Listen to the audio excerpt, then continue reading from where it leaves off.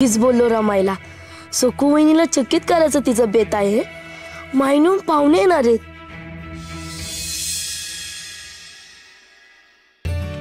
वहिनी वहिनी वहिनी ऐका ना, मी तुम्हाला ना काहीतरी सांगतो आणि ते ऐकून ना तुम्हाला खूप खूप आनंद होईल.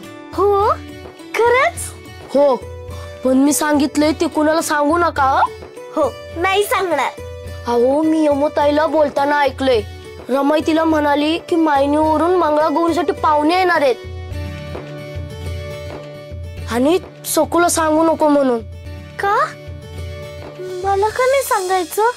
अहो तुम्हाला चकित करायचं असेल ना, म्हणून गंमत करत असतील. हो असं खरंच असेल? अहो असंच असणार ना.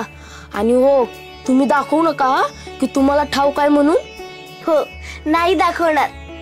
खरंच खूप चांगलं केलं तुम्ही भाऊजी, मला खूप आनंद झालाय खरंच. अहो म्हणून तर सांगितलं, तुम्ही नेहमी आनंदात असावं असंच मला वाटतं.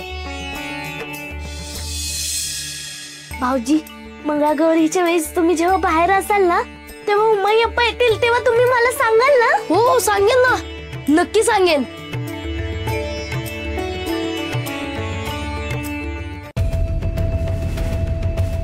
असं कसं हो? म्हणजे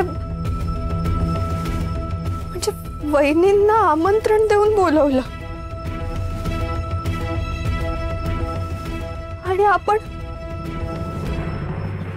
व्याही असून आपल्याला बोलावणं नाही का? बोलावलं नसेल आपल्याला? आपलं काही चुकलंय का? आणि हो, आपल्याला न बोलावणं हे आपल्याला नाही, पण आपल्या सखूला शिक्षा आहे. हो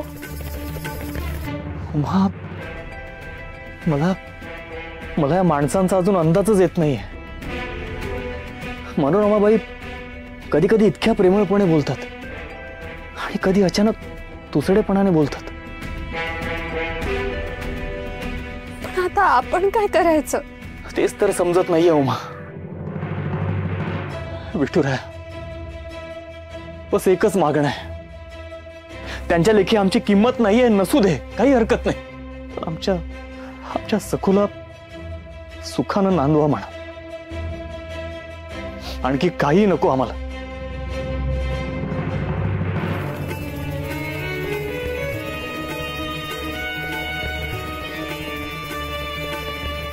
उमा, सावर स्वतःला. सावरू